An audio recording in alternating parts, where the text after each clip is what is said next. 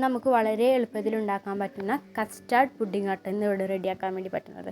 ഇത് വായിലിട്ടാൽ തന്നെ വേഗം അലിഞ്ഞു പോവുകയും ചെയ്യും.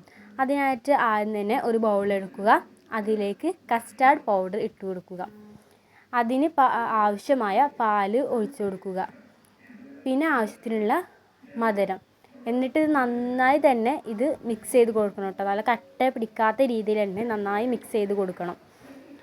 അങ്ങനെ മിക്സ് ചെയ്ത ശേഷം ഇതൊരു പാത്രത്തിലേക്ക് ഒഴിച്ചു കൊടുക്കാം. എന്നിട്ട് ലോ ഫ്ലെയിമിൽ ഇത് കുറുകണത് വരെ ഇളക്കി കൊടുക്കുക. എന്നിട്ട് അതൊരു ബൗളിലേക്ക് ഒഴിച്ചു കൊടുക്കുക. എന്നിട്ട് ഫ്രിഡ്ജിൽ അരമണിക്കൂറോളം വെച്ച് തന്നെ കസ്റ്റാർഡ് പുഡിംഗ് ഇവിടെ റെഡിയായി. ആ വീഡിയോ എൻ്റെ നിന്ന് മിസ്സായി പോയതാട്ടോ. ഇത് വളരെ സോഫ്റ്റായിട്ട്, ഇത് വായിലിട്ടാൽ തന്നെ നമുക്ക് അലിഞ്ഞു പോകും. അത്രയും നല്ല സോഫ്റ്റും മാത്രമല്ല പെട്ടെന്ന് ഉണ്ടാക്കിയെടുക്കാൻ പറ്റുന്ന ഒരു ഐറ്റം കൂടിയാണ് ഈ കസ്റ്റാർഡ് പുഡിംഗ് എന്ന് പറഞ്ഞാൽ. അപ്പോൾ എല്ലാവരും ഇഷ്ടപ്പെട്ട ട്രൈ ചെയ്ത് നോക്കൂ.